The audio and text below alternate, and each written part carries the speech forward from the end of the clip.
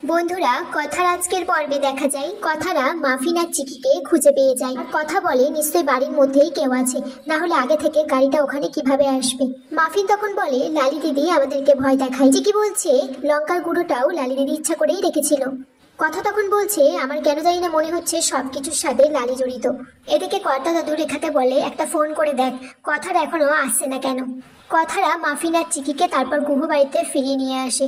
কর্তা দিদা তখন জিজ্ঞেস করে মাফিন আর চিকিকে কোথায় পেলে, আর বলছে মা নন্দী ভালোই ভালোই বাচ্চাগুলিকে ঘরে পাঠিয়ে দিয়েছে, জয় মা নন্দী। কথা তখন লালিকে খুঁজছে আর বলছে ওর সাথে আমার একবার কথা বলতে হবে। এদিকে কর্তা দাদু কাবাডি খেলতে গিয়ে পড়ে গেছিল, তার জন্য হাঁটতে পারছে না। কর্তা দিদা তখন বলছে কি দরকার ছিল এই বয়সে খেলতে যাওয়ার। কর্তা দাদু বলছে আমার হাঁটুতে যতটা ব্যথা হচ্ছে তার থেকে বেশি ব্যথা হচ্ছে আমার মাথায়, তোমার ওই বকবাগানির জন্য।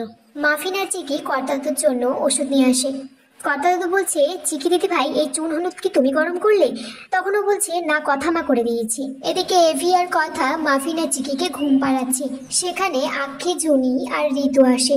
কথা তখন বলে আমার লালিকে খুব সন্দেহ হচ্ছে, ও কারোর দ্বারা চালিত হচ্ছে না তো। আক্ষি তখন বলছে প্যারিক থেকে খবর পেয়েছে চিত্রা গুহ মানে মেজুমা জেল থেকে ছাড়া পেয়েছে। কথা বলছে লালি কোনোভাবে মেজুমার লোক নয় তো। এদিকে কথা, আক্ষি, জুনি, ঋতুরা তর্পণ করতে এসেছে। সেখান থেকে বেরিয়ে যাওয়ার সময় কথার পা স্লিপ কাটে।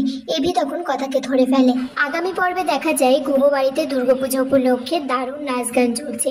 আর এখানেই আজকের পর্ব শেষ হয়ে যায় বন্ধুরা।